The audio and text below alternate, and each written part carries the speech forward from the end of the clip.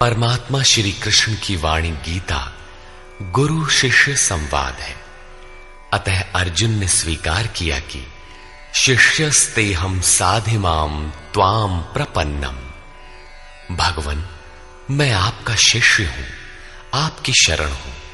मुझे वो उपदेश दीजिए जिससे मैं परम श्रेय को प्राप्त हो जाऊं। अतः उस परम गुरु के चरणों में गीता आरंभ करने से पूर्व ये स्तुति गुरु वंदना प्रस्तुत की जा रही है। ओम श्री सद्गुरुदेव भगवान की जय।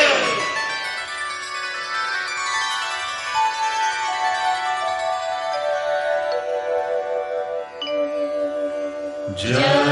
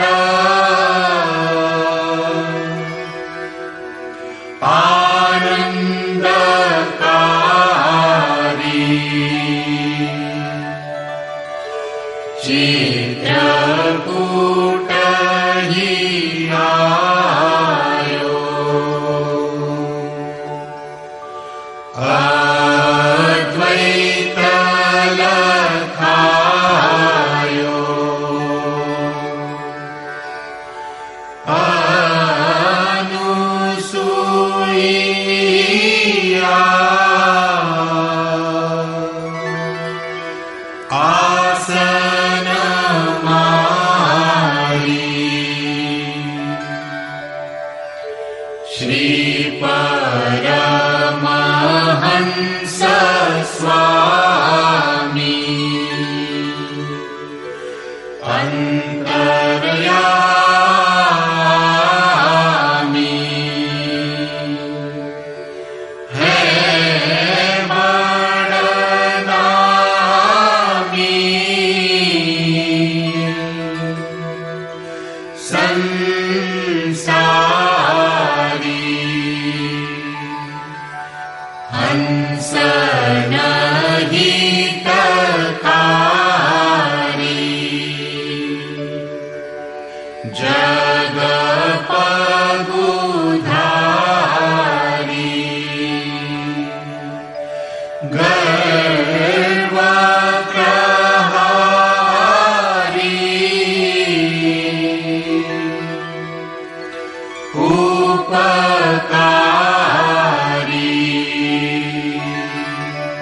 सतपंथ चलायो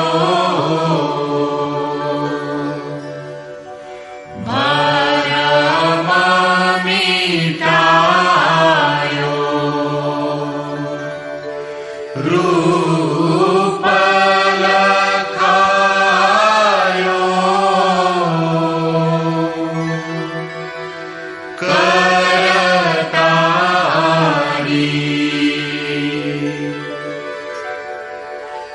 यह शिष्य है तेरो करतनी हो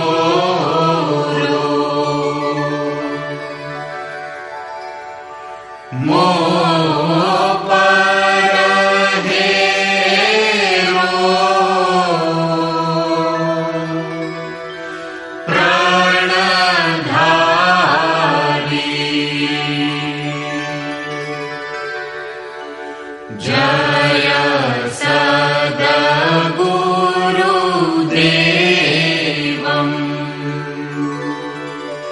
परमानन्दम्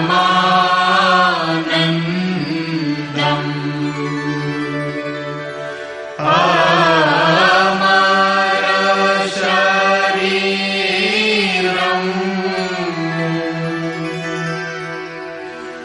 अविकारी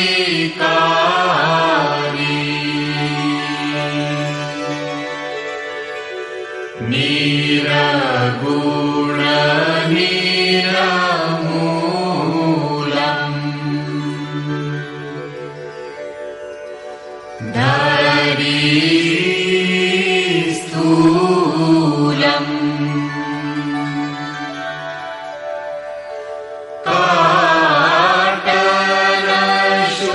काटनशूलम् भवभारी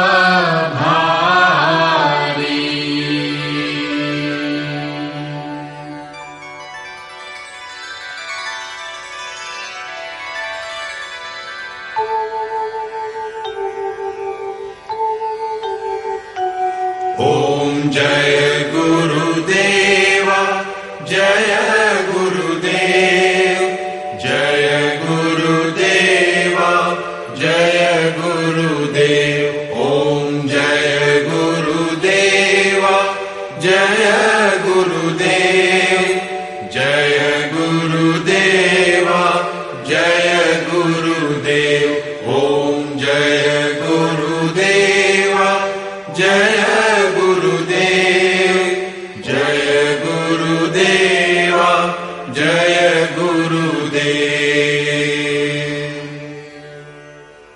अमृतंश बहनों तथा भाइयों, जिन महापुरुष ने समस्त वेदों का संकलन किया, वेदांत शास्त्र का प्रवर्तन किया, महाभारत तथा भागवत जिनकी कृतियां हैं, उन्होंने शास्त्रों के रूप में किसी ग्रंथ को मान्यता दी तो वो है भगवान श्री कृष्णोक्त गीता। तरह तरह की पूजा पद्धतियां, परस्पर विरोधी संगठन धर्म के नाम पर प्रचलित हैं, जबकि धर्म का लक्ष्य है एक परमात्मा की शोध। कल्याण स्वरूप वो परमात्मा एक है, उसे प्राप्त करने की निश्चित क्रिया का पालन धर्म है। जब परमात्मा एक है, उसे प्राप्त करने की क्रिया एक है, तो बहुत से पंथ क्यों? इसके समाधान के लिए प्रस्तुत है यथार्थ गीता का भावांश, ये गीता कैसेट। धर्म के सरल स्वरूप और उसकी प्राप्ति हेतु निर्धारित क्रिया का क्रमबद्ध तथा पूर्ण विवरण योगेश्वर श्री कृष्णोक्त गीता है। विश्व के प्रत्येक महापुरुष ने जो कुछ भी साधन बताया है, वो सब का सब तथा अनेक गोपनीय स्थितियों का स्पष्टीकरण अकेले गीता में है। इसलिए संपूर्ण मानव जाति के कल्याण का अतर्क शास्त्र गीता है। महाभारत में संकेत है कि जब कौरवों और पांडवों की सेनाएं आमने सामने खड़ी हो गईं, तो संपूर्ण निशांतर कौरवों में प्रवेश कर गए और सभी देवता पांडवों में। इस कथन से महर्षि व्यास ने स्पष्ट कर दिया कि गीता के सभी पात्र देवता या असुर हैं तथा प्रतीकात्मक हैं। प्रत्येक मनुष्य के अंतःकरण में दैवी और आसुरी दो प्रकृतियां अनादिकाल से हैं। दैवी शक्तियों के सहयोग से जब मनुष्य अपने आत्म स्वरूप की ओर अग्रसर होता है, तो काम, क्रोध, राग, द्वेष इत्यादि आसुरी वृत्तियां बाधा के रूप में आक्रमण करती हैं। उनका पार पाना ही वास्तविक युद्ध है। अर्जुन श्रेय के लिए विकल था।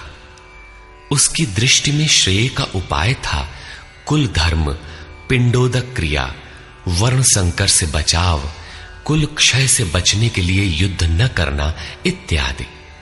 मात्र इतनी सी शंका के समाधान हेतु भगवान को उसे 18 अध्याय गीता समझानी पड़ी। अंत में पूछा कि क्या तेरा मोह नष्ट हुआ? अर्जुन ने स्वीकार किया कि भगवान, मेरा मोह नष्ट हो गया और अब मैं वैसा ही करूंगा जैसा भगवान ने उपदेश दिया है। वस्तुतः ये केवल अर्जुन की शंका नहीं थी, बल्कि मानव मात्र की शंका है कि श्रेय क्या है, उसे कैसे प्राप्त करें। इसलिए स्त्री पुरुष, आबाल वृद्ध, मानव मात्र के लिए गीता के 18 अध्याय का अनुशीलन एवं नियमित पाठ नितांत आवश्यक है, जिससे ब्रह्म विधि की स्मृति सृजित रहे तथा बच्चों में भी इन कल्याणकारी संस्कारों का सृजन हो सके।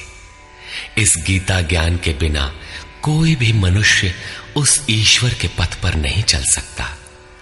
अक्षय सुख, शाश्वत शांति, लोक में समृद्धि तथा मूल शंका समाधान हेतु इन कैसेटों का संकलन किया गया है।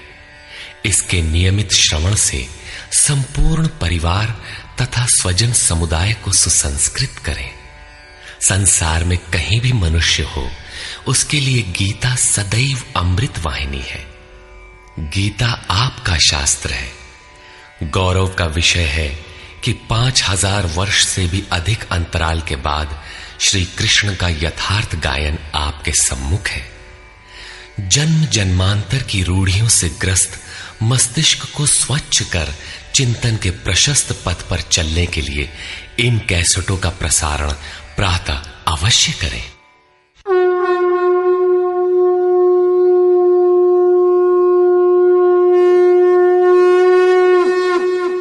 ओम श्री परमात्मने नमः।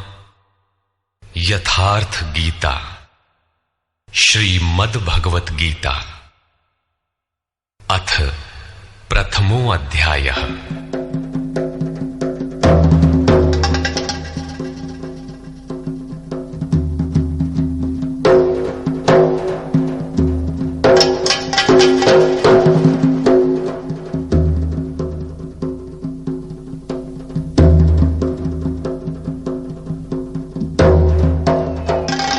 धृतराष्ट्र उवाच।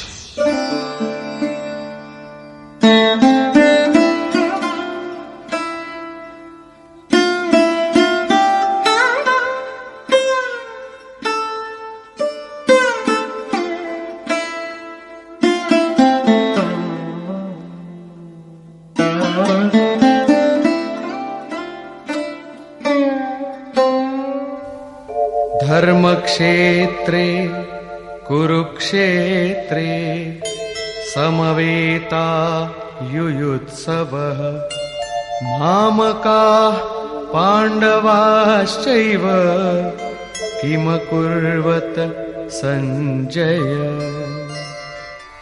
धृतराष्ट्र ने पूछा, हे संजय, धर्म क्षेत्र कुरुक्षेत्र में एकत्र युद्ध की इच्छा वाले मेरे और पांडु के पुत्रों ने क्या किया? अज्ञान रूपी धृतराष्ट्र और संयम रूपी संजय। अज्ञान मन के अंतराल में रहता है अज्ञान से आवृत मन धृतराष्ट्र जन्मांध है, किंतु संयम रूपी संजय के माध्यम से यह देखता है, सुनता है। वो समझता है कि परमात्मा ही सत्य है।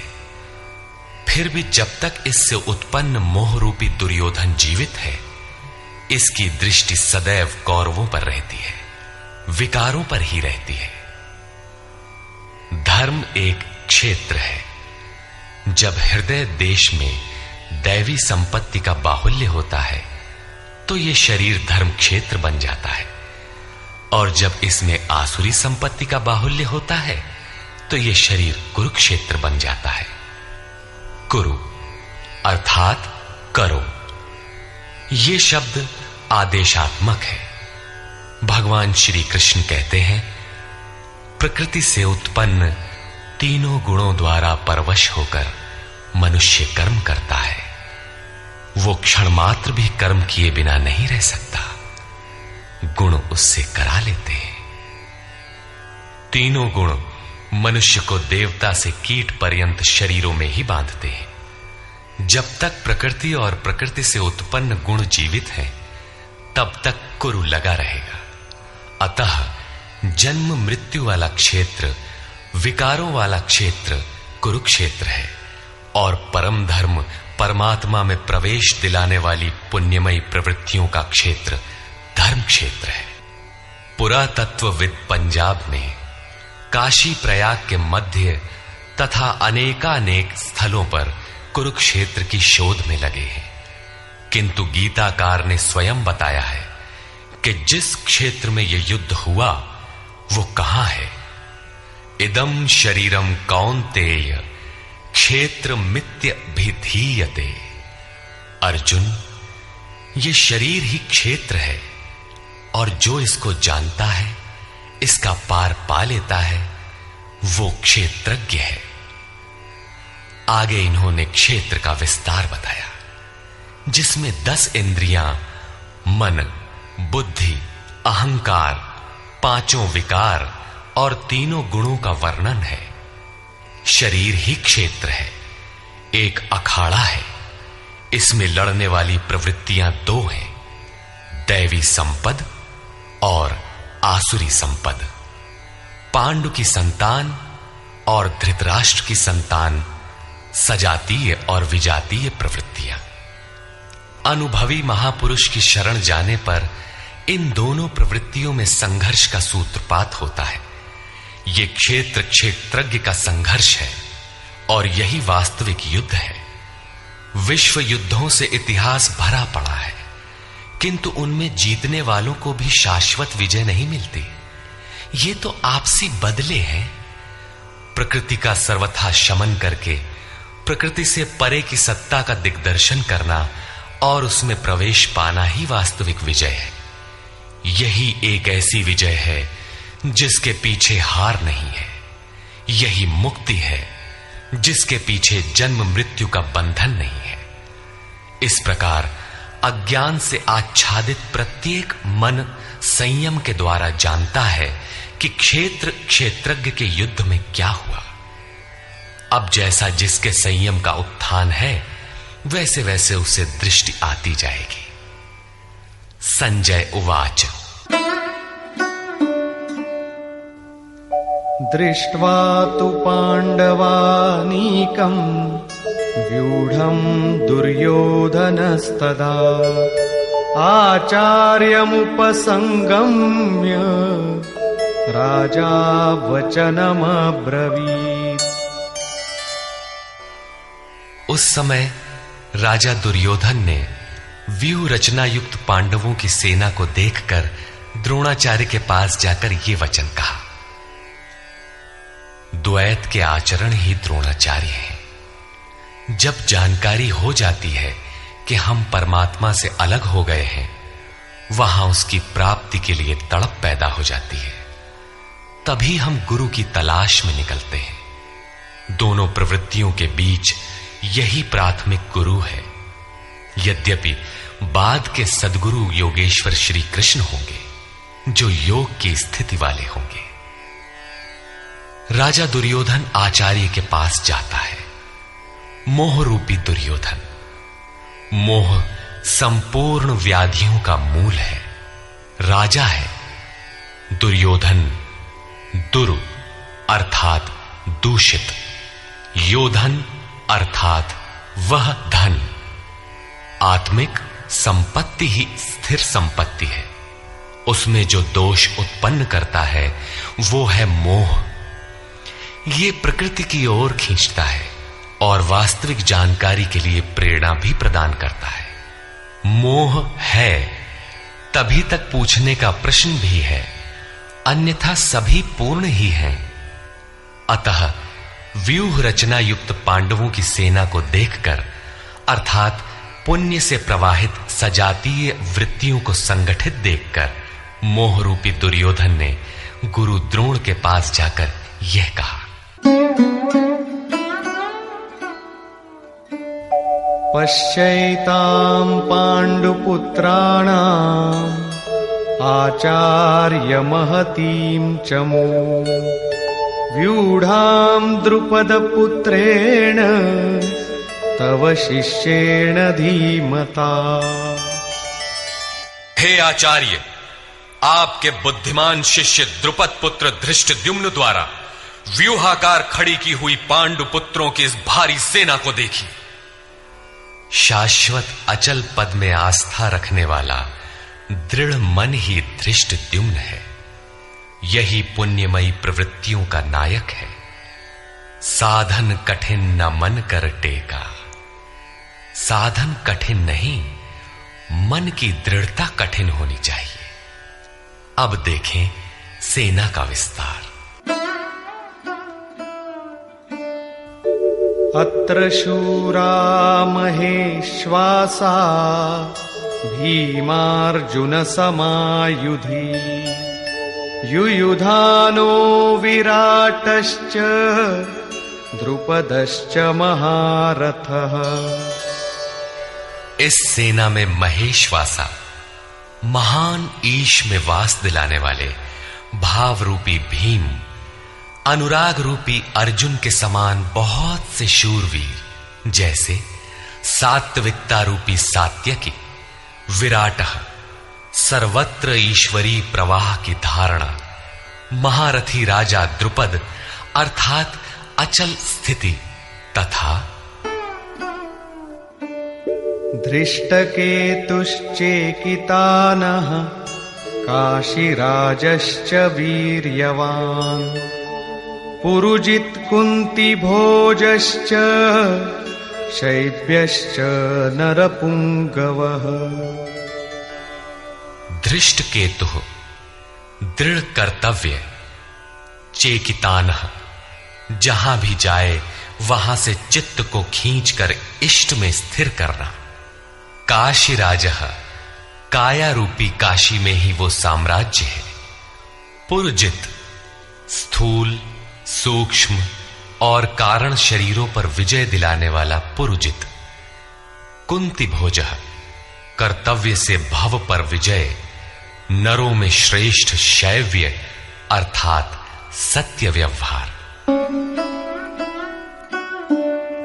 युधामन्युश्च विक्रान्तः उत्तमौजाश्च वीर्यवान् सौभद्रो द्रौपदेयाश्च सर्व एव महारथाः।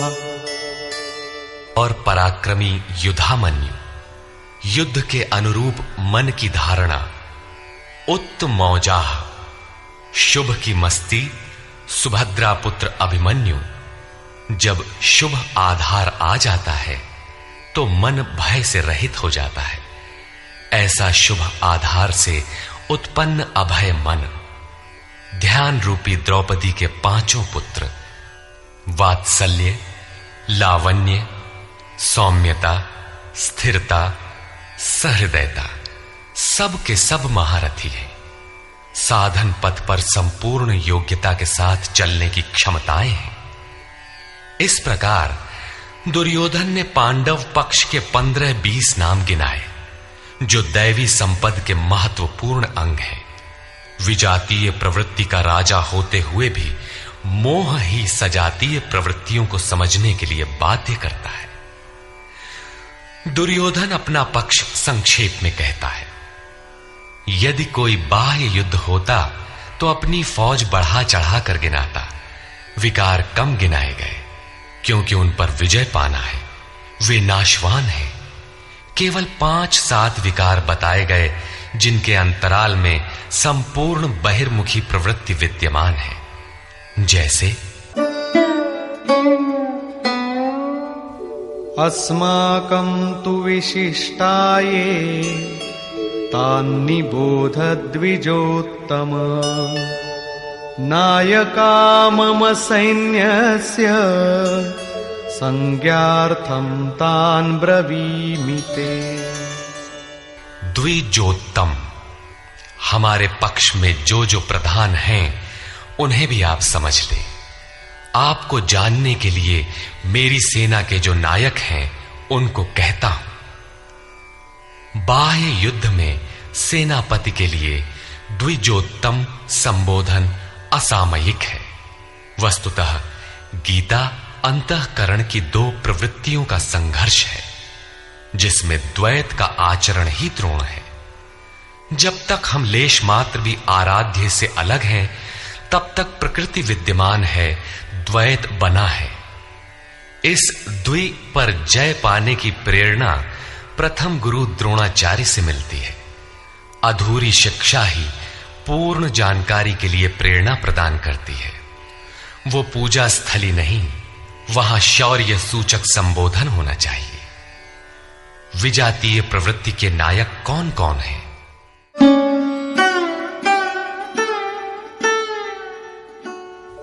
भवान् भीष्मश्च कर्णश्च कृपश्च समितिञ्जयः अश्वत्थामा विकर्णश्च सौमदत्तिस्तथैव च।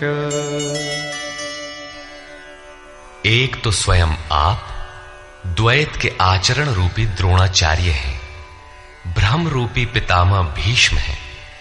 भ्रम इन विकारों का उद्गम है, अंत तक जीवित रहता है, इसलिए पितामह है।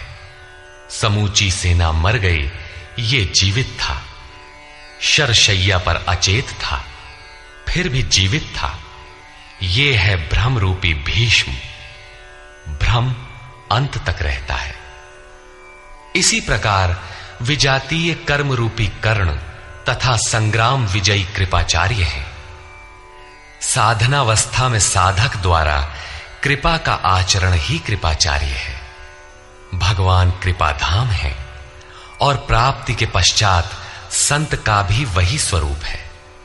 किंतु साधन काल में जब तक हम अलग हैं, परमात्मा अलग है।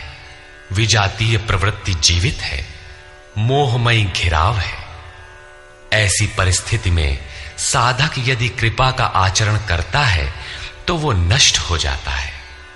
सीता ने दया की तो कुछ काल लंका में प्रायश्चित करना पड़ा। विश्वामित्र दयार्द्र हुए, पतित होना पड़ा। योग सूत्रकार महर्षि पतंजलि भी यही कहते हैं, ते समाधा वुपसर्गा व्युत्थाने सिद्धयः। व्युत्थान काल में सिद्धियां प्रकट होती हैं, वे वास्तव में सिद्धियां हैं, किंतु कैवल्य प्राप्ति के लिए उतनी ही बड़ी विघ्न है जितने काम, क्रोध, लोभ, मोह इत्यादि। गोस्वामी तुलसीदास का भी यही निर्णय है। माया अनेक विघ्न करती है, रिद्धियां प्रदान करती है, यहां तक कि सिद्ध बना देती है। ऐसी अवस्था वाला साधक बगल से निकल भर जाए, मरणासन रोगी भी जी उठेगा। वो भले ठीक हो जाए, किंतु साधक उसे अपनी देन मान बैठे तो नष्ट हो जाएगा। एक रोगी के स्थान पर हजारों रोगी घेर लेंगे। भजन चिंतन का क्रम अवरुद्ध हो जाएगा और उधर बहकते बहकते प्रकृति का बाहुल्य हो जाएगा। यदि लक्ष्य दूर है और साधक कृपा करता है तो कृपा का अकेला आचरण ही समितिंजय समूची सेना को जीत लेगा। इसलिए साधक को पूर्ति पर्यंत इससे सतर्क रहना चाहिए। दया बिनु संत कसाई, दया करी तो आफत आई। लेकिन अधूरी अवस्था में यह विजातीय प्रवृत्ति का दुर्धर्ष योद्धा है। इसी प्रकार आसक्ति रूपी अश्वत्थामा, विकल्प रूपी विकर्ण और भ्रममयी श्वास ही भूरि श्रवा है। ये सभी बहिर्मुखी प्रवाह के नायक हैं।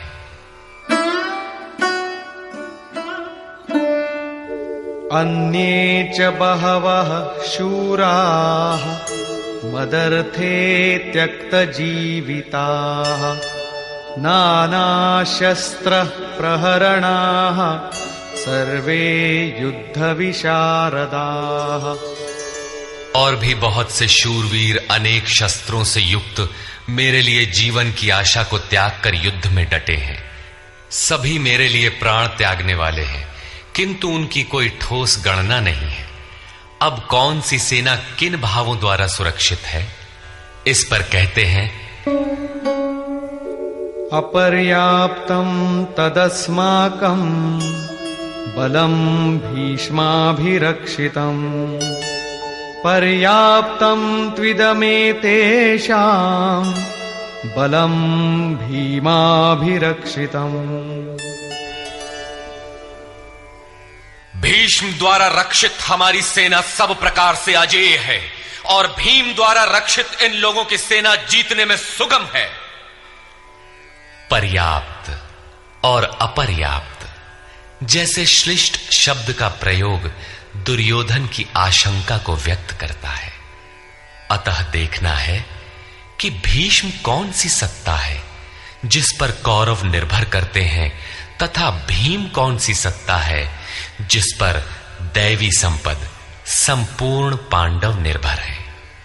दुर्योधन अपनी व्यवस्था देता है कि अयनेषु च सर्वेषु यथा भागमवस्थिताः भीष्ममेवाभिरक्षन्तु भवन्तः सर्व एव हि। इसलिए सब मोर्चों पर अपनी अपनी जगह स्थित रहते हुए आप लोग सब के सब भीष्म की ही सब ओर से रक्षा करें। यदि भीष्म है तो हम अजेय हैं, इसलिए आप पांडवों से न लड़कर केवल भीष्म की ही रक्षा करें। कैसा योद्धा है भीष्म, जो स्वयं अपनी रक्षा नहीं कर पा रहा है, कौरवों को उसकी रक्षा व्यवस्था करनी पड़ रही है। यह कोई बाह्य योद्धा नहीं, ब्रह्म ही भीष्म है। जब तक ब्रह्म जीवित है तब तक विजातीय प्रवृत्तियां कौरव अजेय हैं। अजेय का यह अर्थ नहीं कि जिसे जीता ही ना जा सके, बल्कि अजेय का अर्थ दुर्जय है, जिसे कठिनाई से जीता जा सकता हो। महा अजय संसार रिपु जीत सकई सो वीर। यदि भ्रम समाप्त हो जाए तो अविद्या अस्तित्वहीन हो जाए। मोह इत्यादि जो आंशिक रूप से बचे भी हैं, शीघ्र ही समाप्त हो जाएंगे। भीष्म की इच्छा मृत्यु थी, इच्छा ही भ्रम है। इच्छा का अंत और भ्रम का मिटना एक ही बात है। इसी को संत कबीर ने सरलता से कहा, इच्छा काया इच्छा माया इच्छा जग उपजाया। कह कबीर जे इच्छा विवर्जित ताका पार न पाया। जहां भ्रम नहीं होता वो अपार और अव्यक्त है। इस शरीर के जन्म का कारण इच्छा है। इच्छा ही माया है और इच्छा ही जगत की उत्पत्ति का कारण है। सो कामयत तदैक्षत बहुश्याम प्रजायेय इति। कबीर कहते हैं, जो इच्छाओं से सर्वथा रहित हैं, तिनका पार न पाया। वे अपार अनंत असीम तत्व में प्रवेश पा जाते हैं। यो कामो निष्काम आप्त काम आत्म कामो न तस्य प्राणा उत्क्रामंति ब्रह्म व सन ब्रह्माप्येति। जो कामनाओं से रहित आत्मा में स्थिर आत्म स्वरूप है, उसका कभी पतन नहीं होता। वो ब्रह्म के साथ एक हो जाता है। आरंभ में इच्छाएं अनंत होती हैं और अंततो गत्वा परमात्म प्राप्ति की इच्छा शेष रहती है। जब ये इच्छा भी पूरी हो जाती है, तब इच्छा भी मिट जाती है। यदि उससे भी बड़ी कोई वस्तु होती तो आप उसकी इच्छा अवश्य करते। जब उससे आगे कोई वस्तु है ही नहीं, तो इच्छा किसकी होगी? जब प्राप्त होने योग्य कोई वस्तु अप्राप्त न रह जाए, तो इच्छा भी समूल नष्ट हो जाती है और इच्छा के मिटते ही ब्रह्म का सर्वथा अंत हो जाता है। यही भीष्म की इच्छा मृत्यु है। भीम द्वारा रक्षित इन लोगों की सेना जीतने में सुगम है। भाव रूपी भीम, भावे विद्यते देवः। भाव में वो क्षमता है कि अविदित परमात्मा भी विदित हो जाता है। भाववस्य भगवान सुख निधान करुणा अयन। श्री कृष्ण ने इसे श्रद्धा कहकर संबोधित किया है। भाव में वो क्षमता है कि भगवान को भी वश में कर लेता है। भाव से ही संपूर्ण पुण्यमयी प्रवृत्ति का विकास है। ये पुण्य का संरक्षक है तो इतना बलवान कि परम देव परमात्मा को संभव बनाता है, किंतु साथ ही इतना कोमल भी है कि आज भाव है तो कल अभाव में बदलते देर नहीं लगती। इष्ट में लेश मात्र भी त्रुटि प्रतीत होने पर भाव डगमगा जाता है। पुण्यमयी प्रवृत्ति विचलित हो उठती है, इष्ट से संबंध टूट जाता है। इसलिए भीम द्वारा रक्षित इन लोगों की सेना जीतने में सुगम है। महर्षि पतंजलि का भी यही निर्णय है। स तु दीर्घकाल नैरंतर्य सत्कारा सेवितो दृढ़ भूमि। दीर्घ काल तक निरंतर श्रद्धा भक्ति पूर्वक किया हुआ साधन ही दृढ़ हो पाता है।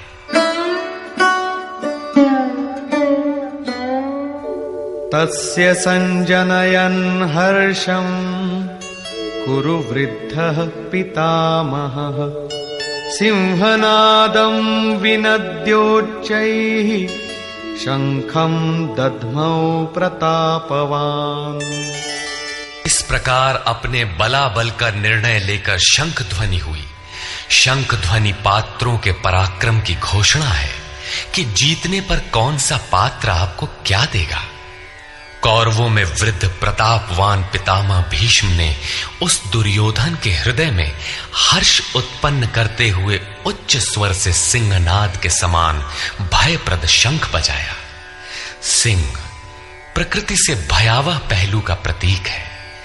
घोर जंगल के नीरव एकांत में शेर की दहाड़ कान में पड़ जाए तो रोंगटे खड़े हो जाएंगे, हृदय कांपने लगेगा। यद्यपि शेर आपसे मीलों दूर है। भय प्रकृति में होता है, परमात्मा में नहीं। वो तो अभय सत्ता है। ब्रह्म रूपी भीष्म यदि विजयी होता है तो प्रकृति के जिस भयारण्य में आप हैं उससे भी अधिक भय के आवरण में बांध देगा। भय की एक परत और बढ़ जाएगी, भय का आवरण घना हो उठेगा।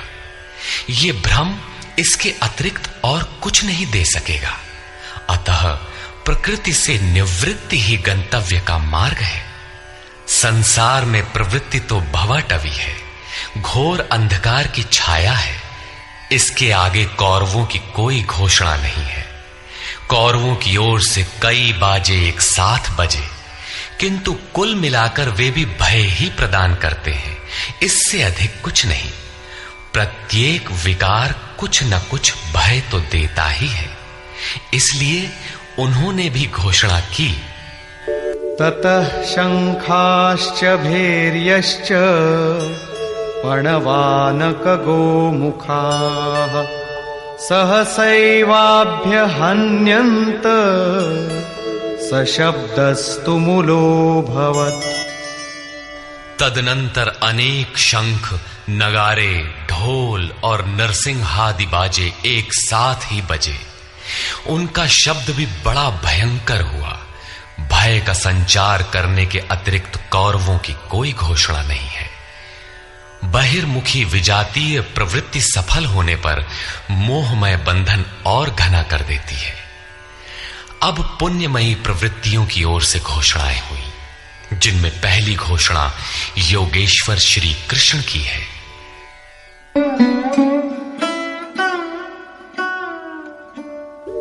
ततः श्वेतैर्हयैर्युक्ते महती स्यन्दने स्थितौ माधव पाण्डवश्चैव दिव्यौ शंखौ प्रदध्मतु। इसके उपरांत श्वेत घोड़ों से युक्त, जिनमें लेश मात्र कालिमा दोष नहीं है, श्वेत सात्विक निर्मलता का प्रतीक है। महति स्यन्दने, महान रथ पर बैठे हुए योगेश्वर श्री कृष्ण और अर्जुन ने भी अलौकिक शंख बजाए। अलौकिक का अर्थ है लोकों से परे। मृत्युलोक, देवलोक, ब्रह्मलोक, जहां तक जन्म मरण का भय है, उन समस्त लोकों से परे पारलौकिक पारमार्थिक स्थिति प्रदान करने की घोषणा योगेश्वर श्री कृष्ण की है। सोने चांदी काठ का रथ नहीं, रथ अलौकिक, शंख अलौकिक, अतः घोषणा भी अलौकिक ही है। लोकों से परे एकमात्र ब्रह्म है, सीधा उससे संपर्क स्थापित कराने की घोषणा है। पांचजन्यं ऋषिकेशो देवदत्तं धनञ्जयः पौंड्रं दध्मौ महाशंखं भीमकर्मावृकोदरः।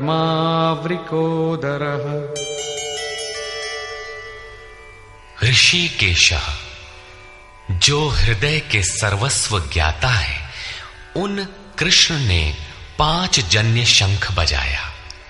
पांचों ज्ञानेंद्रियों को पंच तन्मात्राओं शब्द, स्पर्श, रूप, रस, गंध के रसों से समेटकर अपने जन भक्त की श्रेणी में ढालने की घोषणा की।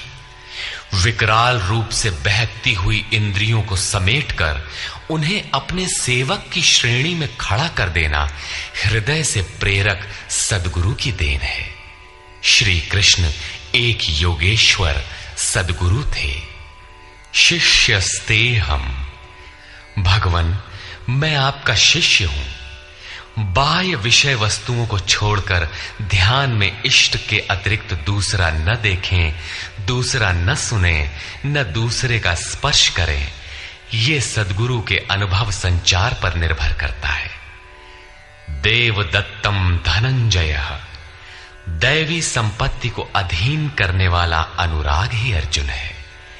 इष्ट के अनुरूप लगाव, जिसमें विरह, वैराग्य, अश्रुपात हो। गदगद गिरा नयन बह नीरा, रोमांच हो। इष्ट के अतिरिक्त अन्य विषय वस्तु का लेश मात्र टकराव न होने पाए, उसी को अनुराग कहते हैं। यदि ये सफल होता है तो परम देव परमात्मा में प्रवेश दिलाने वाली दैवी संपद पर आधिपत्य प्राप्त कर लेता है। इसी का दूसरा नाम धनंजय भी है। एक धन तो बाहरी संपत्ति है, जिससे शरीर निर्वाह की व्यवस्था होती है। आत्मा से इसका कोई संबंध नहीं है। इससे परे स्थिर आत्मिक संपत्ति ही निज संपत्ति है। बृहदारण्य कोपनिषद में याज्ञवल्क्य ने मैत्रेयी को यही समझाया कि धन से संपन्न पृथ्वी के स्वामित्व से भी अमृतत्व की प्राप्ति नहीं हो सकती। उसका उपाय आत्मिक संपत्ति है। भयानक कर्म वाले भीमसेन ने पौंड्र अर्थात प्रीति नामक महाशंख बजाया। भाव का उद्गम और निवास स्थान हृदय है, इसलिए इसका नाम वृकोदर है। आपका भाव लगाव बच्चे में होता है, किंतु वस्तुतः वो लगाव आपके हृदय में है, जो बच्चे में जाकर मूर्त होता है। ये भाव अथाह और महान बलशाली है। उसने प्रीति नामक महाशंख बजाया। भाव में ही वो प्रीति निहित है, इसीलिए भीम ने पौंड्र प्रीति नामक महाशंख बजाया। भाव महान बलवान है, किंतु प्रीति संचार के माध्यम से। हरि व्यापक सर्वत्र समाना, प्रेम ते प्रकट हो ही मैं जाना। अनंत विजयम राजा कुंती पुत्रो युधिष्ठिरः नकुलः सहदेवश्च सुघोषमणिपुष्पकौ। कुंती पुत्र राजा युधिष्ठिर ने अनंत विजय नामक शंख बजाया। कर्तव्य रूपी कुंती और धर्म रूपी युधिष्ठिर। धर्म पर स्थिरता रहेगी तो अनंत विजयम, अनंत परमात्मा में स्थिति दिलाएगा। युद्धे स्थिरः सह युधिष्ठिरः। प्रकृति पुरुष क्षेत्र क्षेत्रज्ञ के संघर्ष में स्थिर रहता है, महान दुख से भी विचलित नहीं होता। तो एक दिन जो अनंत है, जिसका अंत नहीं है, वो है परम तत्व परमात्मा, उस पर विजय दिला देता है। नियम रूपी नकुल ने सुघोष नामक शंख बजाया। ज्यों ज्यों नियम उन्नत होगा, अशुभ का शमन होता जाएगा, शुभ घोषित होता जाएगा। सत्संग रूपी सहदेव ने मणिपुष्पक शंख बजाया। मनीषियों ने प्रत्येक श्वास को बहुमूल्य मणि की संज्ञा दी है। हीरा जैसी श्वासा बातों में बीती जाए। एक सत्संग तो वो है जो आप सत्पुरुषों की वाणी से सुनते हैं, किंतु यथार्थ सत्संग आंतरिक है। श्री कृष्ण के अनुसार आत्मा ही सत्य है, सनातन है। चित्त सब ओर से सिमटकर आत्मा की संगत करने लगे, यही वास्तविक सत्संग है। ये सत्संग चिंतन, ध्यान और समाधि के अभ्यास से संपन्न होता है। ज्यों ज्यों सत्य के सान्निध्य में सुरत टिकती जाएगी, त्यों त्यों एक एक श्वास पर नियंत्रण मिलता जाएगा। मन सहित इंद्रियों का निरोध होता जाएगा। जिस दिन सर्वथा निरोध होगा, वस्तु प्राप्त हो जाएगी। वाद्य यंत्रों की तरह चित्त का आत्मा के स्वर में स्वर मिलाकर संगत करना ही सत्संग है। बाह्य मणि कठोर है, किंतु श्वास मणि पुष्प से भी कोमल है। पुष्प तो विकसित होने या टूटने पर कुम्हलाता है, किंतु आप अगले श्वास तक जीवित रहने की गारंटी नहीं दे सकते। किंतु सत्संग सफल होने पर प्रत्येक श्वास पर नियंत्रण दिलाकर परम लक्ष्य की प्राप्ति करा देता है। इसके आगे पांडवों की कोई घोषणा नहीं है, किंतु प्रत्येक साधन कुछ न कुछ निर्मलता के पथ में दूरी तय करता है। आगे कहते हैं,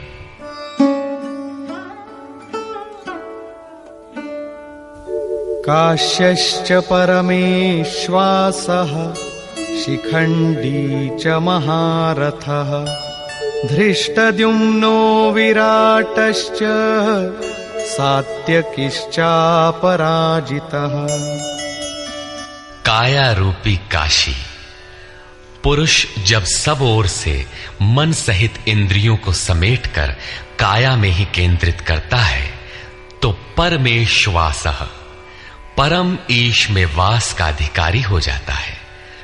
परम ईश में वास दिलाने में सक्षम काया ही काशी है। काया में ही परम ईश का निवास है। परमेश्वास का अर्थ श्रेष्ठ धनुष वाला नहीं, बल्कि परम धन ईश धन वास है। शिखा सूत्र का त्याग ही शिखंडी है। आजकल लोग सिर के बाल कटा लेते हैं और सूत्र के नाम पर गले की जनेऊ हटा लेते हैं, अग्नि जलाना छोड़ देते हैं। हो गया सन्यास उनका। नहीं, वस्तुतः शिखा लक्ष्य का प्रतीक है जिसे आपको पाना है, और सूत्र है संस्कारों का। जब तक आगे परमात्मा को पाना शेष है, पीछे संस्कारों का सूत्रपात लगा हुआ है, तब तक त्याग कैसा, सन्यास कैसा? अभी तो चलने वाले पथिक हैं। जब प्राप्तव्य प्राप्त हो जाए, पीछे लगे हुए संस्कारों की डोर कट जाए, ऐसी अवस्था में ब्रह्म सर्वथा शांत हो जाता है। इसलिए शिखंडी ही ब्रह्म रूपी भीष्म का विनाश करता है। शिखंडी चिंतन पथ की विशिष्ट योग्यता है, महारथी है। धृष्टद्युम्न दृढ़ और अचल मन तथा विराटः सर्वत्र विराट ईश्वर का प्रसार देखने की क्षमता इत्यादि दैवी संपद के प्रमुख गुण हैं। सात्विकता ही सात्य की है। सत्य के चिंतन की प्रवृत्ति अर्थात सात्विकता यदि बनी है तो कभी गिरावट नहीं आने पाएगी, इस संघर्ष में पराजित नहीं होने देगी। द्रुपदो द्रौपदेयाश्च सर्वशः पृथिवीपते सौभद्रश्च महाबाहुः शंखान् दद्मुः पृथक् पृथक्। अचल पददायक द्रुपद और ध्यान रूपी द्रौपदी के पांचों पुत्र सहृदयता, वात्सल्य, लावण्य, सौम्यता इत्यादि साधन में महान सहायक महारथी हैं तथा बड़ी भुजा वाला अभिमन्यु, इन सब ने पृथक पृथक शंख बजाए। भुजा कार्यक्षेत्र का प्रतीक है। जब मन भय से रहित हो जाता है तो उसकी पहुंच दूर तक हो जाती है। हे राजन, इन सब ने अलग अलग शंख बजाए, कुछ न कुछ दूरी सभी तय कराते हैं। इनका पालन आवश्यक है, इसलिए इनके नाम गिनाए। इसके अतिरिक्त कुछ दूरी ऐसी भी है जो मन बुद्धि से परे है। भगवान स्वयं ही अंतःकरण में विराज कर तय कराते हैं। इधर दृष्टि बनकर आत्मा से खड़े हो जाते हैं और सामने स्वयं खड़ा होकर अपना परिचय करा लेते हैं। सघोषोधार्तराष्ट्राणाम् हृदयानि व्यदारयत् नभश्च पृथिवीं चैव तुमुलो व्यनुनादयन्। उस घोर शब्द ने आकाश और पृथ्वी को भी शब्दायमान करते हुए धृतराष्ट्र पुत्रों के हृदय विदीर्ण कर दिए। सेना तो पांडवों की ओर भी थी, किंतु हृदय विदीर्ण हुए धृतराष्ट्र पुत्रों के। वस्तुतः पांचजन्य दैवी शक्ति पर आधिपत्य, अनंत पर विजय, अशुभ का शमन और शुभ की घोषणा धारावाही होने लगे तो कुरुक्षेत्र आसुरी संपद, बहिर्मुखी प्रवृत्तियों का हृदय विदीर्ण हो जाएगा। उनका बल शनैः शनैः क्षीण होने लगता है। सर्वथा सफलता मिलने पर मोहमयी प्रवृत्तियां सर्वथा शांत हो जाती हैं।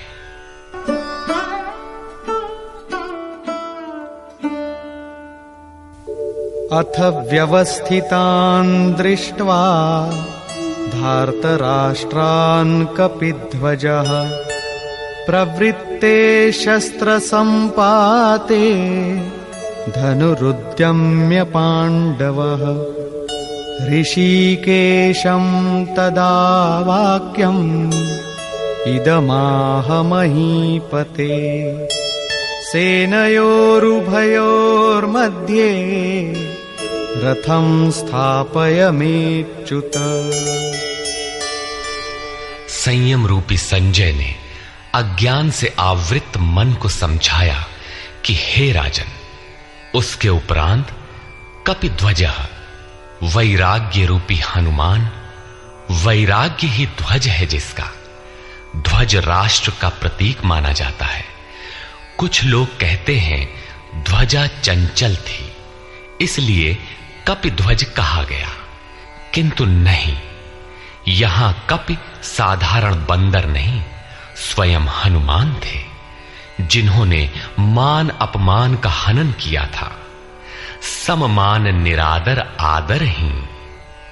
प्रकृति की देखी सुनी वस्तुओं से, विषयों से राग का त्याग ही वैराग्य है। अतः वैराग्य ही जिसकी ध्वजा है, उस अर्जुन ने व्यवस्थित रूप से धृतराष्ट्र पुत्रों को खड़े देखकर शस्त्र चलने की तैयारी के समय धनुष उठाकर ऋषिकेशम, जो हृदय के सर्वस्व ज्ञाता है, उन योगेश्वर श्री कृष्ण से ये वचन कहा, हे अच्युत, जो कभी च्युत नहीं होता, मेरे रथ को दोनों सेनाओं के बीच खड़ा करिए। यहां सारथी को दिया गया आदेश नहीं, इष्ट सदगुरु से की गई प्रार्थना है, किस लिए खड़ा करें?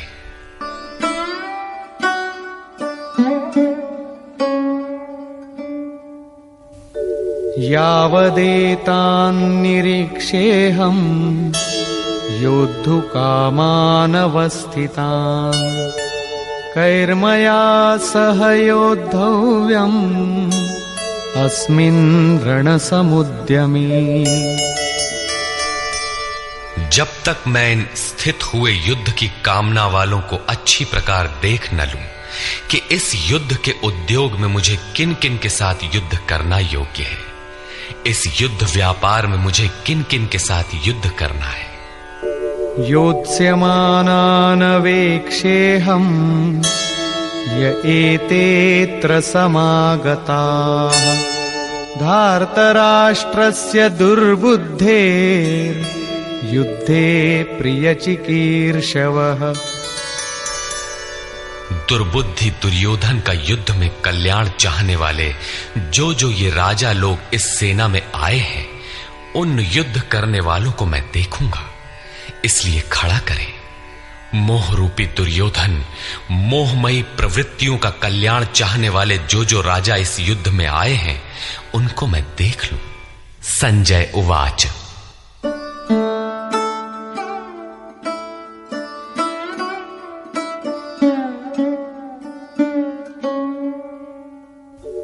एवमुक्तो ऋषिकेशो गुडाकेशेन भारत सेनयोरुभयोर्मध्ये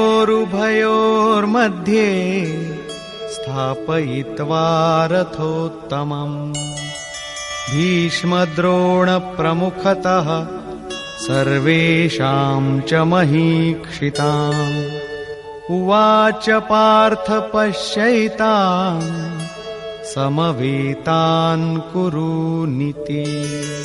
संजय बोला, निद्राजयी अर्जुन द्वारा इस प्रकार कहे जाने पर हृदय के ज्ञाता श्री कृष्ण ने दोनों सेनाओं के बीच भीष्म, द्रोण और महीक्षिताम शरीर रूपी पृथ्वी पर अधिकार जमाए हुए संपूर्ण राजाओं के बीच उत्तम रथ को खड़ा करके कहा कि पार्थ, इन इकट्ठे हुए कौरवों को देख, यहां उत्तम रथ सोने चांदी का रथ नहीं है। संसार में उत्तम की परिभाषा नश्वर शरीर के प्रति अनुकूलता प्रतिकूलता से की जाती है। ये परिभाषा अपूर्ण है। जो हमारे आत्मा, हमारे स्वरूप का सदैव साथ दे, वही उत्तम है, जिसके पीछे अनुत्तम मलिनता न हो।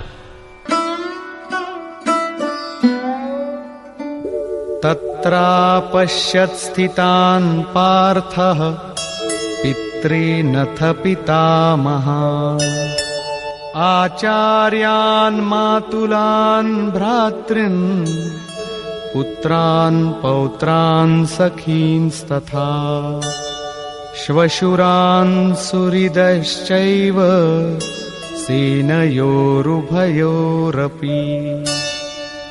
इसके उपरांत अचूक लक्ष्य वाले पार्थिव शरीर को रथ बनाने वाले पार्थ ने उन दोनों सेनाओं में स्थित पिता के भाइयों को, पितामहों को, आचार्यों को, मामाओं को, भाइयों को, पुत्रों को, पौत्रों को, मित्रों को, श्वसुरों को और सुहृदों को देखा। दोनों सेनाओं में अर्जुन को केवल अपना परिवार, मामा का परिवार, ससुराल का परिवार, सुहृद और गुरुजन दिखाई पड़े। प्रचलित गणना के अनुसार 18 अक्षौहिणी 2.5-3 अरब के लगभग होता है, जो आज के विश्व की जनसंख्या के समकक्ष है। इतने मात्र के लिए यदा कदा विश्व स्तर पर आवास, खाद्य समस्या बन जाती है। इतना बड़ा जन समूह अर्जुन के 3-4 रिश्तेदारों का परिवार मात्र था। क्या इतना बड़ा भी किसी का परिवार होता है? कदापि नहीं। यह हृदय देश का चित्रण है। तान् समीक्ष्य स कौन्तेयः सर्वान् बन्धूनवस्थितान् कृपया परयाविष्टो विषीदन्निदमब्रवीत्। इस प्रकार खड़े हुए उन संपूर्ण बंधुओं को देखकर अत्यंत करुणा से आवृत वो कुंती पुत्र अर्जुन शोक करता हुआ बोला। अर्जुन उवाच।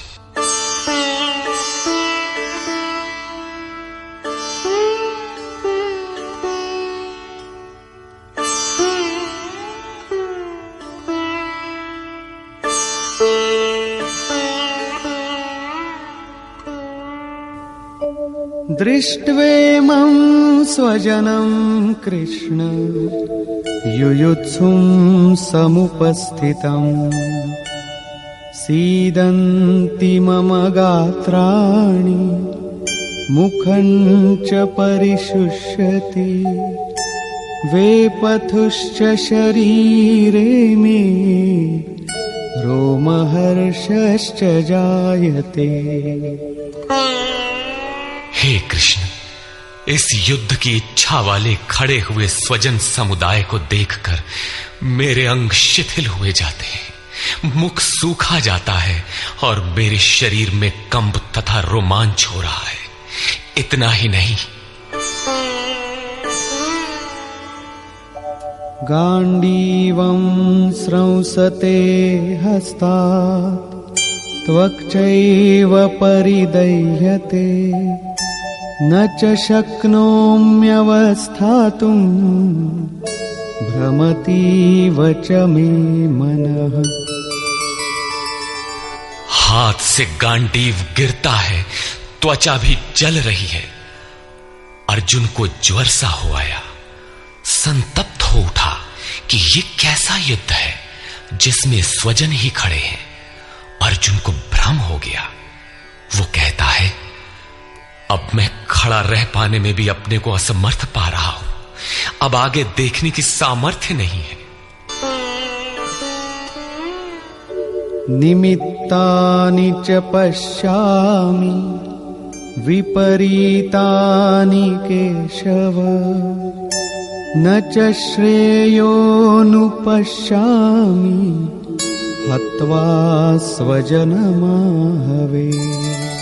हे केशव, इस युद्ध का लक्षण भी विपरीत ही देखता हूं। युद्ध में अपने कुल को मारकर परम कल्याण भी नहीं देखता हूं। कुल को मारने से कल्याण कैसे होगा?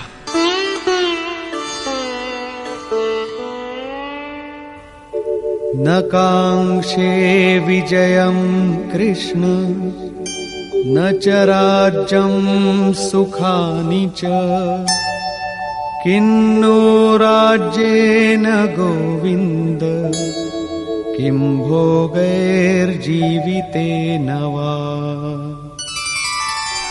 संपूर्ण परिवार युद्ध के मुहाने पर है। इन्हें युद्ध में मारकर विजय से मिलने वाला राज्य और राज्य से मिलने वाला सुख अर्जुन को नहीं चाहिए।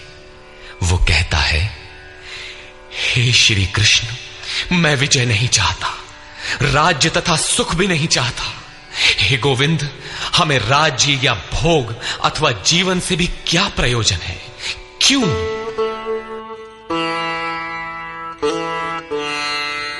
येषामर्थे काङ्क्षितं नो राज्यं भोगाः सुखानि च तैमेव स्थिता युद्धे प्राणांस् त्यक्त्वा धनानि च।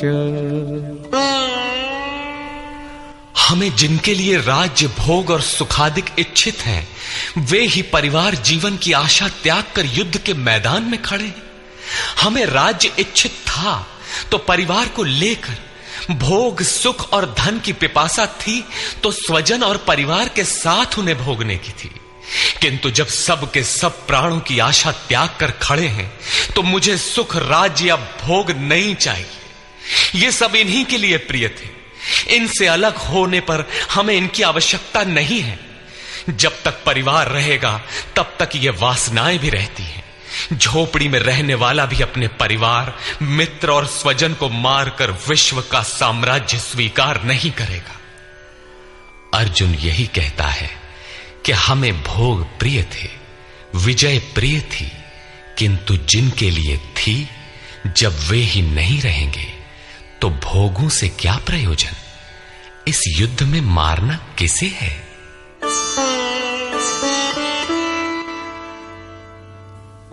आचार्याः पितरः पुत्राः तथैव च पितामहाः मातुलाः श्वशुराः पौत्राः शालाः संबंधिनस्तथा। इस युद्ध में ताऊ, चाचे, लड़के और इसी प्रकार दादा, मामा, श्वसुर, पोते, साले तथा समस्त संबंधी ही हैं।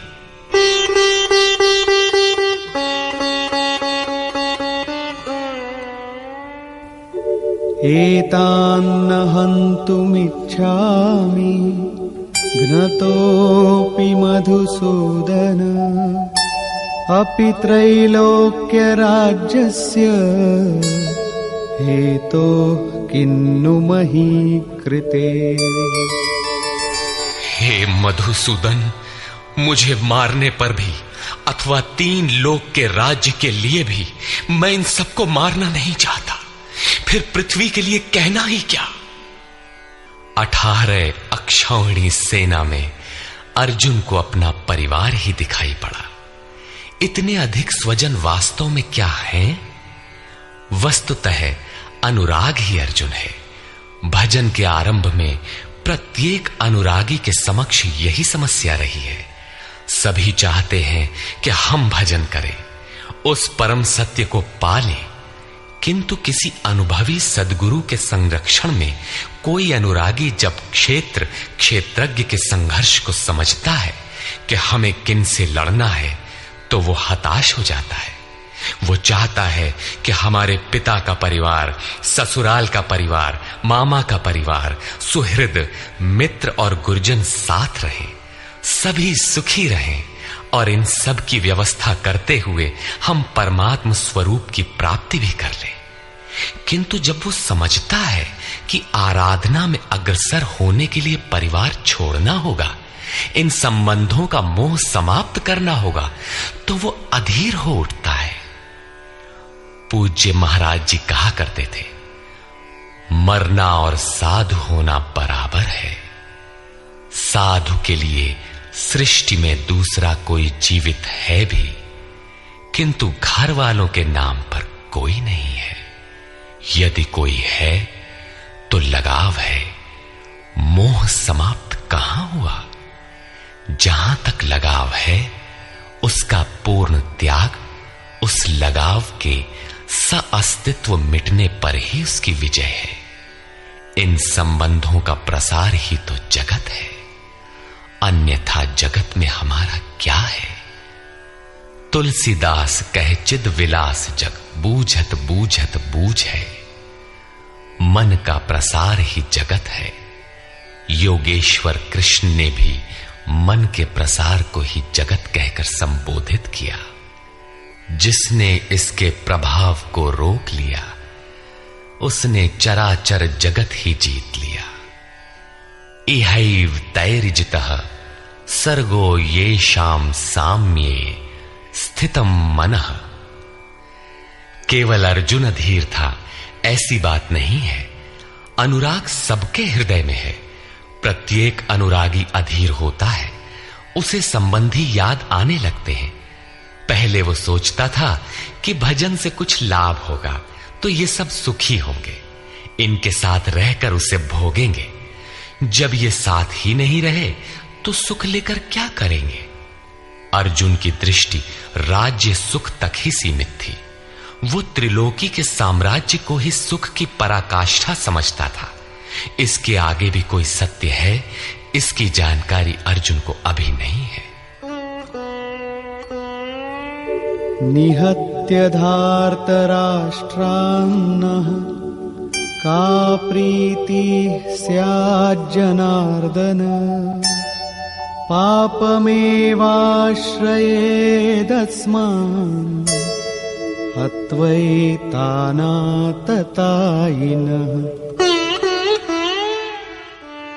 हे जनार्दन, धृतराष्ट्र के पुत्रों को मारकर भी हमें क्या प्रसन्नता होगी। जहां धृतराष्ट्र अर्थात धृष्टता का राष्ट्र है, उससे उत्पन्न मोह रूपी दुर्योधन इत्यादि को मारकर भी हमें क्या प्रसन्नता होगी। इन आतताइयों को मारकर हमें पाप ही तो लगेगा।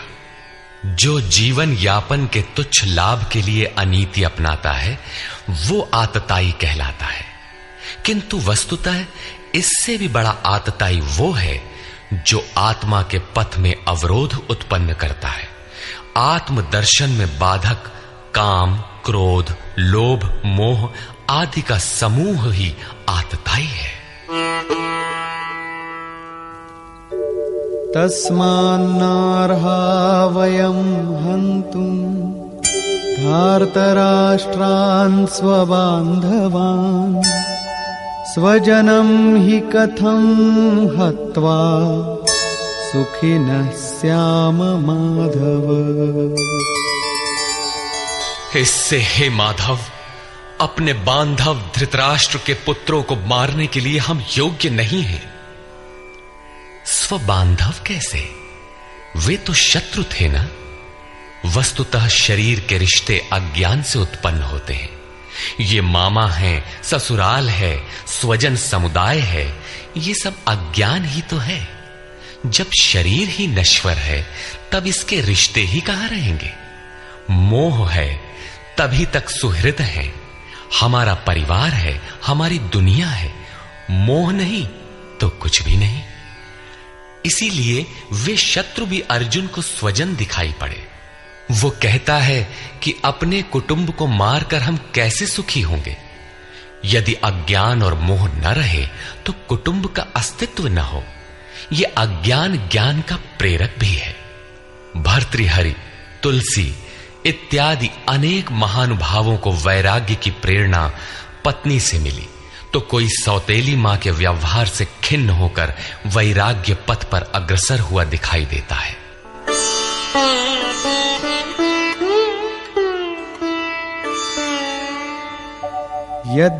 यद्यप्येतेन पश्यन्ति लोभोपहत चेतसः कुलक्षयकृतं दोषं मित्रद्रोहे च पातकम्।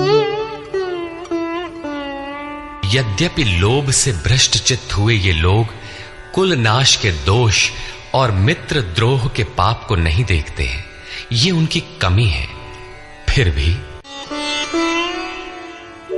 कथं न ज्ञेयमस्माभिः पापादस्मान्निवर्तितुं कुलक्षयकृतं दोषं प्रपश्यद्भिर्जनार्दन। हे जनार्दन, कुल नाश से होने वाले दोषों को जानने वाले हम लोगों को इस पाप से हटने के लिए क्यों नहीं विचार करना चाहिए। मैं ही पाप करता हूं ऐसी बात नहीं, आप भी भूल करने जा रहे हैं।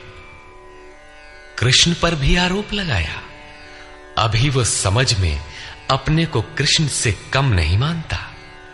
प्रत्येक नया साधक सद्गुरु की शरण जाने पर इसी प्रकार तर्क करता है और अपने को जानकारी में कम नहीं समझता।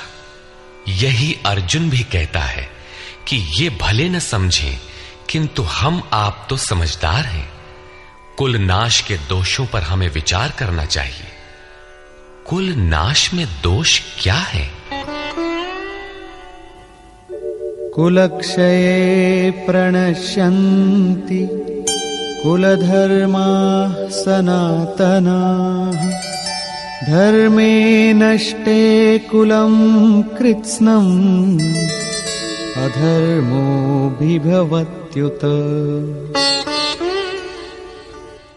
कुल के नाश होने से सनातन कुल धर्म नष्ट हो जाते हैं। अर्जुन कुल धर्म कुलाचार को ही सनातन धर्म समझ रहा था। धर्म के नाश होने पर संपूर्ण कुल को पाप भी बहुत दबा लेता है। अधर्माभिभवात् कृष्ण प्रदुष्यन्ति कुलस्त्रियः स्त्रीषु दुष्टासु वार्ष्णेय जायते वर्णसंकरः। हे कृष्ण, पाप के अधिक बढ़ जाने से कुल की स्त्रियां दूषित हो जाती हैं। हे वार्ष्णेय, स्त्रियों के दूषित होने पर वर्ण संकर उत्पन्न होता है। अर्जुन की मान्यता थी कि कुल की स्त्रियों के दूषित होने से वर्ण संकर होता है, किंतु श्री कृष्ण ने इसका खंडन करते हुए आगे बताया कि मैं अथवा स्वरूप में स्थित महापुरुष यदि आराधना क्रम में भ्रम उत्पन्न कर दे तब वर्ण संकर होता है। वर्ण संकर के दोषों पर अर्जुन प्रकाश डालता है।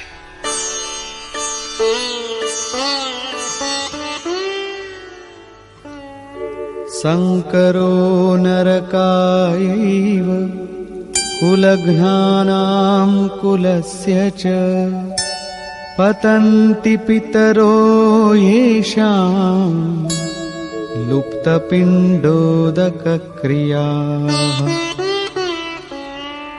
वर्ण संकर कुल घातियों और कुल को नरक में ले जाने के लिए ही होता है।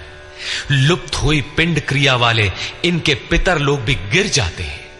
वर्तमान नष्ट हो जाता है, अतीत के पितर गिर जाते हैं और भविष्य वाले भी गिरेंगे। इतना ही नहीं, दोषैरेतैः कुलघ्नानां वर्णसंकरकारकैः उत्साद्यन्ते जातिधर्माः कुलधर्माश्च शाश्वताः। इन वर्ण संकर कारक दोषों से कुल और कुलघातियों के सनातन कुल धर्म और जाति धर्म नष्ट हो जाते हैं। अर्जुन मानता था कि कुल धर्म सनातन है, कुल धर्म ही शाश्वत है, किंतु श्री कृष्ण ने इसका खंडन किया और आगे बताया कि आत्मा ही सनातन शाश्वत धर्म है। वास्तविक सनातन धर्म को जानने से पहले मनुष्य धर्म के नाम पर किसी न किसी रूढ़ि को जानता है। ठीक इसी प्रकार अर्जुन भी जानता है, जो कृष्ण के शब्दों में एक रूढ़ि है।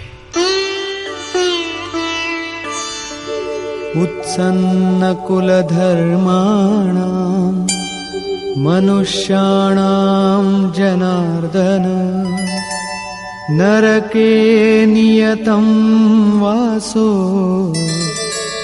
भवतीत्यनुशुश्रुम। हे जनार्दन, नष्ट हुए कुल धर्म वाले मनुष्यों का अनंत काल तक नरक में वास होता है, ऐसा हमने सुना है। कुल धर्म ही नहीं नष्ट होता, बल्कि शाश्वत सनातन धर्म भी नष्ट हो जाता है। जब धर्म ही नष्ट हो गया तो ऐसे पुरुष का अनंत काल तक नरक में निवास होता है, ऐसा हमने सुना है, देखा नहीं, सुना है। अहो बत महत् पापं कर्तुं व्यवसिता वयं यद्राज्य सुखलोभेन हन्तुं स्वजनमुद्यताः। अहो, शोक है कि हम लोग बुद्धिमान होकर भी महान पाप करने को तैयार हुए हैं। राज्य और सुख के लोभ से अपने कुल को मारने के लिए उद्यत हुए हैं।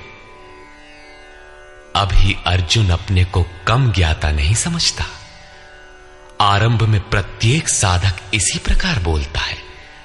महात्मा बुद्ध का कथन है कि मनुष्य जब अधूरी जानकारी रखता है तो अपने को महान ज्ञानी समझता है, और जब आधे से आगे की जानकारी हासिल करने लगता है तो अपने को महान मूर्ख समझता है। ठीक इसी प्रकार अर्जुन भी अपने को ज्ञानी ही समझता है। वो कृष्ण को ही समझाता है कि उस पाप से परम कल्याण हो, ऐसी बात भी नहीं। केवल राज्य और सुख के लोभ में पड़कर हम लोग कुल नाश करने को उद्यत हुए हैं। महान भूल कर रहे हैं। हम ही भूल कर रहे हैं, ऐसी बात नहीं, आप भी भूल कर रहे हैं।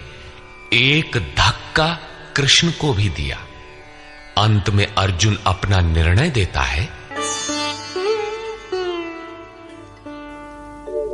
यदि माम प्रतीकारम् अशस्त्रं शस्त्रपाणयः धार्तराष्ट्रारणे हन्युः तन्मे क्षेमतरं भवेत्। यदि मुझ शस्त्र रहित न सामना करने वाले को शस्त्रधारी धृतराष्ट्र के पुत्र रण में मारे तो उनका वो मारना भी मेरे लिए अति कल्याणकारक होगा। इतिहास तो कहेगा कि अर्जुन समझदार था, जिसने अपनी बलि देकर युद्ध बचा लिया। लोग प्राणों की आहुति दे डालते हैं कि भोले भाले मासूम बच्चे सुखी रहें, कुल तो बचा रहे। मनुष्य विदेश चला जाए, वैभव पूर्ण प्रासाद में रहे, किंतु 2 दिन बाद उसे अपनी छोड़ी हुई झोपड़ी याद आने लगती है। मोह इतना प्रबल होता है। इसीलिए अर्जुन कहता है कि शस्त्रधारी धृतराष्ट्र के पुत्र मुझ न प्रतिकार करने वाले को रण में मार दें, तब भी वो मेरे लिए अति कल्याणकारी होगा, ताकि लड़के तो सुखी रहें। संजय उवाच।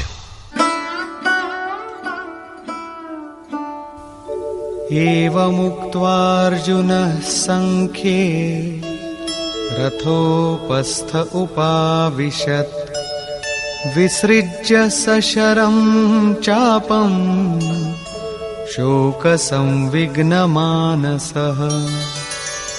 संजय बोला कि रणभूमि में शोक से उद्विग्न मन वाला अर्जुन इस प्रकार कहकर बाण सहित धनुष को त्याग कर रथ के पिछले भाग में बैठ गया, अर्थात क्षेत्र क्षेत्रज्ञ के संघर्ष में भाग लेने से पीछे हट गया।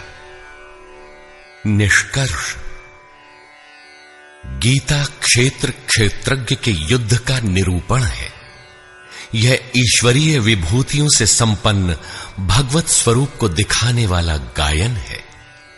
यह गायन जिस क्षेत्र में होता है वह युद्ध क्षेत्र शरीर है, जिसमें 2 प्रवृत्तियां हैं, धर्म क्षेत्र और कुरुक्षेत्र। उन सेनाओं का स्वरूप और उनके बल का आधार बताया। शंख ध्वनि से उनके पराक्रम की जानकारी मिली। तदनंतर जिस सेना से लड़ना है उसका निरीक्षण हुआ, जिसकी गणना 18 अक्षौहिणी अर्थात लगभग 6.5 अरब कही जाती है, किंतु वस्तुतः वे अनंत हैं। प्रकृति के दृष्टिकोण 2 हैं। एक इष्टोन्मुखी प्रवृत्ति दैवी संपद, दूसरी बहिर्मुखी प्रवृत्ति आसुरी संपद। दोनों प्रकृति ही हैं। एक इष्ट की ओर उन्मुख करती है, परम धर्म परमात्मा की ओर ले जाती है, और दूसरी प्रकृति में विश्वास दिलाती है। पहले दैवी संपद को साध कर आसुरी संपद का अंत किया जाता है, फिर शाश्वत सनातन परब्रह्म के दिग्दर्शन और उसमें स्थिति के साथ दैवी संपद की आवश्यकता शेष हो जाती है। युद्ध का परिणाम निकल आता है। अर्जुन को सैन्य निरीक्षण में अपना परिवार ही दिखाई पड़ता है, जिसे मारना है। जहां तक संबंध है उतना ही जगत है। अनुराग के प्रथम चरण में पारिवारिक मोह बाधक बनता है। साधक जब देखता है कि मधुर संबंधों में इतना विच्छेद हो जाएगा जैसे वे थे ही नहीं, तो उसे घबराहट होने लगती है। स्वजनासक्ति को मारने में उसे अकल्याण दिखाई देने लगता है।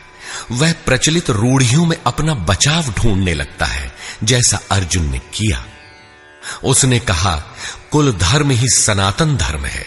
इस युद्ध से सनातन धर्म नष्ट हो जाएगा, कुल की स्त्रियां दूषित होंगी, वर्ण संकर पैदा होगा, जो कुल और कुलघातियों को अनंत काल तक नरक में ले जाने के लिए ही होता है। अर्जुन अपनी समझ से सनातन धर्म की रक्षा के लिए विकल है। उसने श्री कृष्ण से अनुरोध किया कि हम लोग समझदार होकर भी यह महान पाप क्यों करें। अर्थात श्री कृष्ण भी पाप करने जा रहे हैं। अंततो गत्वा पाप से बचने के लिए मैं युद्ध नहीं करूंगा, ऐसा कहता हुआ हताश अर्जुन रथ के पिछले भाग में बैठ गया। क्षेत्रज्ञ के संघर्ष से पीछे हट गया। टीकाकारों ने इस अध्याय को अर्जुन विषाद योग कहा है। अर्जुन अनुराग का प्रतीक है। सनातन धर्म के लिए विकल होने वाले अनुरागी का विषाद योग का कारण बनता है। यही विषाद मनु को हुआ था। हृदय बहुत दुख लाग, जन्म गयऊ हरि भगति बिनु। संशय में पड़कर ही मनुष्य विषाद करता है। उसे संदेह था कि वर्ण संकर पैदा होगा जो नरक में ले जाएगा। सनातन धर्म के नष्ट होने का भी उसे विषाद था। अतः संशय विषाद योग का सामान्य नामकरण इस अध्याय के लिए उपयुक्त है। अतः ओम तत्सदिति श्रीमद् भगवद गीता सूपनिषत्सु ब्रह्म विद्यायाम योग शास्त्रे श्री कृष्णार्जुन संवादे संशय विषाद योगो नाम प्रथमोऽध्यायः। इस प्रकार स्वामी अड़गड़ानंद कृत श्रीमद् भगवद गीता के भाष्य यथार्थ गीता का प्रथम अध्याय पूर्ण होता है।